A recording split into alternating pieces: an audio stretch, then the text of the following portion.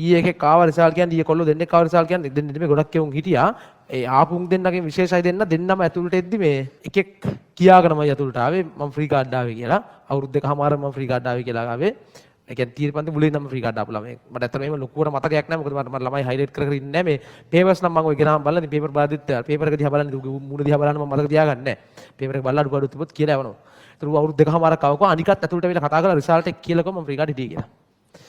එතකොට මේ එකෙක් ෆ්‍රී කාඩ් කියලා මුලින්ම අවුරුදු දෙකමාරම තියරි පන්ති ආපු එක ෆ්‍රී කාඩ් කිව්ව එක A1යි C2යි කියලා කිව්වා. ඌගේ අර දෙක කරලා නැහැ කෙමිස්ට්‍රි ටික කර කර ඉඳලා තියෙනවා සබ්ජෙක්ට් දෙක බැලන්ස් කරලා නැහැ. ඒකත් කවන්නේ නැහැ කියමුකෝ දැන් දිස්ත්‍රික් රෑන්ක් එක 500 ගාණක් මේ පාර ආයෙ එක්සෑම් එක ලියනවා මේක බැලන්ස් කරගත්ත එක අනිවාර්යෙන් මේක ඊළඟ පාරේ ඒ තුනකට අරන් ගිය හැකි. ප්‍රශ්නයක් නැහැ. එතකොට ඊළඟට ආපු එක ඉතින් මට උට දැන් ඒ වෙලේ එකපාරට මමත් කියා ගන්න උත්තරයක් නැතුණා. ඌ රිසල්ට් එක කිව්වා කෙමිස්ට්‍රි A මේ මෙහෙම රිසල්ට් එක තියෙනවා. හරිද? ACF physics fail.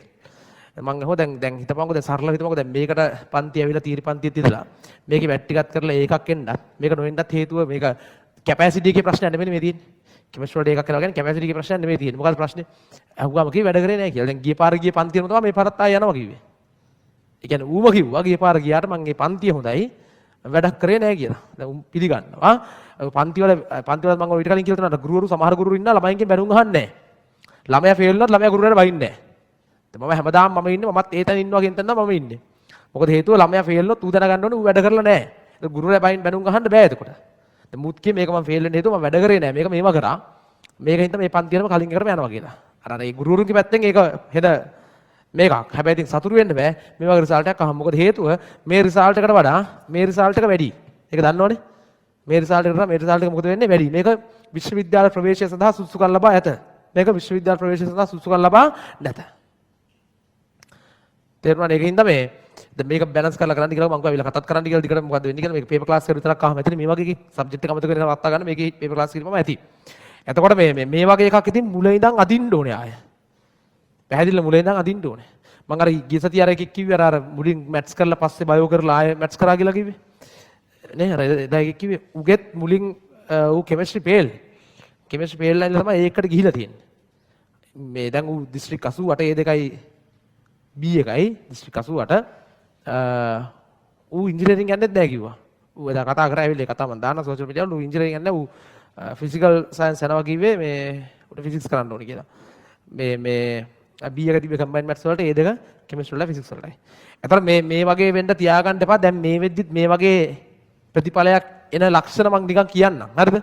නිකන් මේ සබ්ජෙක්ට් එකේ පන්තියේ තියෙන දවසට උදේට නිකන් මූසල හැංගීමක් වගේ එනවනම් නිකන් අනික් පන්ති නම් අවුලක් නැහැ මේකට යද්දි නිකන් ඇඳෙන් ඇහැරෙන්නේ නැහැ වගේ නම් ටිකක් පරක් වෙලා වගේ යන්න හිතෙනවා නම් හරිද?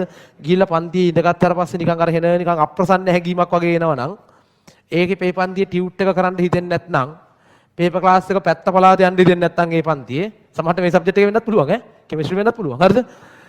යන්න හිතෙන්නේ නැත්නම් එන ප්‍රතිඵලයේ ආසන්නව මේ වගේ එකක් තමයි එන්නේ. අර සබ්ජෙක්ට් තුනටම වෙනවා නම් ඉතින් මේවම තුනක් තමයි එන්නේ. තුනේම මට අප්‍රසන්න හැඟීමක් එනවා. මට කම්මැලි උදේට හැරෙන්නේ නැහැ. මට එක පේපර් එකක්වත් ලියන්න නැහැ. තුනටම හරි බඩු. එහෙම නැතුව අර සමහර උන්ට මේ වගේ වෙනවා. එකකට ශ්‍රේණිකව ඇවිල්ලා ගණන් ටිකක් හදනවා ඔක්කොම කරනවා. ආසාවෙන් එකට වැඩ කරනවා. අනිකට අනික් සබ්ජෙක්ට් එකට හිනා කැමැත්තක් ඉන්නවා. අනික නිකන් අර උදාසීනයි නිකන් ඇල්මරුණු ස්වභාවයකින් ඔය කවන්නේ කරන් යම් වගේ. මේ මුගේ ජීවිත කතාව බැලුවොත් එහෙම අර හොඳට බැලුවොත් එහෙම එකක් සුපීරියට උදේට නැගිටලා පන්ති යනවා හොඳට පේපර් ලියන්නත් දුවගෙන කැමැත්තෙන් එනවා අනික නිකන් ඔහේ යන්නම් වාලේ අවුලක් නැහැ ෂේප් නිකන් අර ඇල් වතුර තුන් වතුර යතරමැද අවස්ථාවක් වගේ ෂේප් මේකට ගත්තොත් අර ටික තමයි තියෙන්නේ උදේට හැරෙන්නේ නැහැ පරක් වෙනවා පන්තියට යද්දි පේපර් එකක් ලියන්න දෙන්නේ නැහැ ඔය අවස්ථා තුනට මුන් දීපෙක් මේ උපරිම මට්ටම මේ මැද මට්ටම මේ බලු මට්ටමනේ පැහැදිලිද මේ අවස්ථා තුනට මුන් දුන්නේ 2024 තියරි වර්ෂය එකේ ඔය අවස්ථා තුන මේ කියන්නේ මේක උගේ ජීවිතයේ ඌ අවස්ථා තුනට මුන් දීලා තියෙන්නේ හරිද එකක් සුපිරි අනික මැද අනික බලු ඔච්චර ඒ කියන්නේ එහෙම කරගන්න එපා හරිද මේ රිසල්ට් එකෙන් කොහෙරවද දන්නේ මේකේ වටිනාකම සම්පූර්ණයෙන් වැහිලා යනවා මොකෙන්ද මේකේ තේරුණාද ඒක නිසා මේ දැන් අහන්න බැරි මේවත් තුන එකතු කරලා C3ක් වගේ කියලා ගන්න බෑද කියලා බෑ ඉතින් හරිද මේ තුනේ ලකුණු එකතු කරාම C3ක් වගේ තමයි ඇවරේජ් එක එන්නේ හරිද එහෙම බෑනේ මේක විශ්වවිද්‍යාල සුසුකම් ලබා නොමැත එක සබ්ජෙක්ට් එකක් ෆේල් කියන්නේ A level ෆේල් ඒකින්ද අපරාධ කරගන්න එපා සබ්ජෙක්ට් වලට මේක ඉතින් මේක වෙලා තියෙන එකක් හොදට කර කර ඉඳලා පේපර් එහෙම ලියලි දැන් ඔය උතන ඔය රිසල්ට් එක හේතුවක් අර හැම සතියෙම පේපර් එක ලියන එක හරිද ඒ හැම සතියෙම මේක විතරක් පේපර් එක ලියලා හිටියොත් ඒත් කෙල වෙනවා සබ්ජෙක්ට් තුනේ බැලන්ස් කරලා පේපර්ස් ටික ලියවෙන්න ඕනේ. දැන් මේ එනේ උන්ගෙන් ඇහුවාම ගොඩක් වෙලාවට පේපර් ක්ලාස් එකේ හැම සතියෙම වගේ ඇවිල්ලා තිනවා. ෆස්ට් අයියෝ. හරිද? සකන් සයුන් මේ වගේ මේ පාරත් ඒකයි S2 කොල්ලෙක් ඉන්නවා. හරිද? මේක ඉන්නවා කෙමිස්ට්‍රි වලට ඒ තියෙන එකෙක් ඉන්නවා S2ක් තියෙන අනිත් එකට. පැහැදිලිද? ඒ කියන්නේ දැන් අහුවාම කියන්නේ පේපර් ක්ලාස් එකට ඇවිල්ලා තිනවා මැට්‍රික් කරලා දෙනවා පිළිවෙලට. රිසල්ට් ෂීට් එකේ ගහන්න තව රිසල්ට් ෂීට් එක print වෙන ගමන් තියෙන ඊයේත් දැන් සමහර ළමයිගේ රිසල්ට් දාලා නැහැ. ඊයේත් මම අර ගන්නේ කිරීම ලයිව් එක කර ඉද්දි ළමයි ඉතරත් කිව්වා රිසල්ට් දාලා තිබ්බේ නැහැ කියලා. ඉන්ජිනියරිං එක කෙමිස්ට්‍රි වලට එකක් තියෙනවා කියලා. ඒක දාලා තිබ්බේ නැහැ කියලා. තව රිසල්ට් ෂීට් එක මේව කරන්න ගමන් තියෙනවා. හදලා දැන් තව මේ මාස අන්තිම වගේ වෙද්දි ගහලා ඉවර කරනවා. ආයේ මාස ගණන් කල් දාන්නේ මගේ දා කිව්වා නෑ ඒක කියන කතාවල වැඩ නැහැ. මේ මාස අන්තිම වගේ වෙද්දි ගහනවා මේ ඔයාලා හොඳට අවධානයෙන් ඉන්න අනික් කට්ටියත් රිසල්ට් ෂීට් කොහොමද ගහන්නේ කියලා. හරිද? මොකද දැන් ඔක මේකත් තියෙන පොඩි ගට්ටනයක් ඔතන තියෙනවා නැත්ත කතාව. මම ඕකට අකමැත්තෙන් හිටියේ. ඔය ගැටුම ඇති කරගන්න මම අකමැත්තෙන් හිටියේ. දැන් කරන් දෙන දැන් ගැටුම ඇති වෙලා ඉවරයි. හරිද? කියන්නේ වලියක් පටන් ගත්තොත් ඒක දිගටම යනවා ඊට පස්සේ. හරි. මේක තමයි කතාව. මේක අර කතාව වැඩක් නැහැ එකක්වත්. මේ වගේ තැනකට යන්න එපා. මේ වගේ තැනකට යන්න හේතුව තව මාස 6ක් තියෙනවා. ඔය මාස 6 දැන් මේ වෙද්දි මම අර කිව්ව සොහොන් ලක්ෂණ ටික පහළ වෙලා තියෙනවා නම් හරිද? පේපර් එහෙම ලියන්න හිතෙන්නේ නැත්නම් නිකන් අප්පිරියයි වගේ නිකන් පාස් පේපර් එකක් ගත්තාම කරන්න MCQ 5ක් විතර කරලා නැගිටලා යන්න හිතෙනවා නම් හරිද? එහෙම තියෙනවා.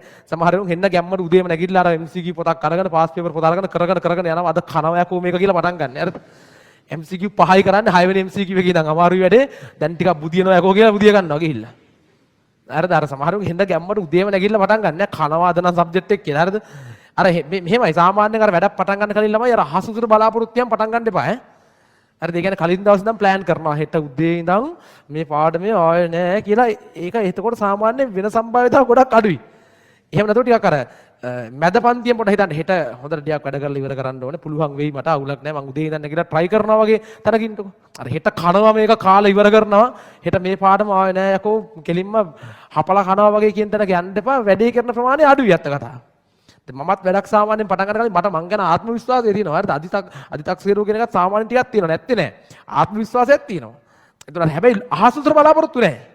දැන් සරල උදාහරණ මම අර කි පන්ති පටන් ගත්තේ මාත්‍රෙන් පන්ති පටන් ගත්තේ මේගොල්ලෝ දන්නවා මේගොල්ලෝ ස්ටාෆ් එක කට්ටිය ගහන්න මං කියලා ළමයි 30ක් 25ක් 30ක් විතර આવත් ඇති කිසි කේස් එකක් නැහැ පන්ති පටන් කරන් ගිහින් ළමයි 25ක් යන ලොකු ගානක් කියලා පටන් කියන තරෙන් ඉඳන් තමයි මං ගියේ ටියුට් තරම් කියලා තිබ්බේ මං කිව්වේ ටියුට් 50ක් දාගන්න කියලා අපේ හොරෙන් ටියුට් 200ක් විතර දාගන්න තිබ්බා 200ක් 250 ගොල්ලෝ දාන්න තිබ්බා ඒගොල්ලෝ හිතන් ඉන්නලා ඒගොල්ලෝ ඉතින් හිතලා තින් ළමයි එයි කියලා මම අතන හිටියේ හරිද ළමයි 25 ගෙන් තන හිටියේ ඒ ළමයි 25 ගෙන එක අන්තිමට බලපුවම ළමයි ඒ හිතපු ගාන වගේ 10 ගුණයකට වඩා වැඩි අන්තිමට ළමයි ගාන ටියුට්ත් මදි වුණා මම දකිවන් සිද්ධි ඒ අර තැනින් පටන් ගන්න එතකොට අර මේ අවුලක් නැහැ ඕන දෙයකට ෂේප් නේ වැඩ කරන්න ගියාමත් ඉන්ජිනියරින් යනවා කියන ඔළුවේ තියාගන්න අර හෙට උදේ නැගිටලා හවස් වෙද්දි ඉන්ජිනියරින් යනවා කියන තැනින් පටන් ගන්න එපා හරිද ඒතර ඒක කෙරෙන්නේ නැහැ කියන්නේ එක දවසක් ඇතුළත එහෙම කරන්න බෑනේ උදේ ඉඳන් පටන් අරන් හවස් වෙද්දි ඩොකෙක් වෙන්න බෑනේ තේරෙනවනේ ඒ කියන්නේ එතන අර ඉන්ජියක් හරි ඩොකෙක් හරි වෙන්න නම් කරන්න ඕනේ අර අනවරත ප්‍රවාහයක් කියලා තියෙන ආන් ඒක තියෙන්න ඕනේ එක දිගට සාමාන්‍යයෙන් වැඩ කරන යන්න ඕනේ ඒක අර හෙන ලොං ටයිම් ප්‍රොසෙස් එකක් නේ. තව මාස 6ක් යන්නේ එතනත් ලොං ටයිම් ප්‍රොසෙස් එකක් තියෙන්නේ.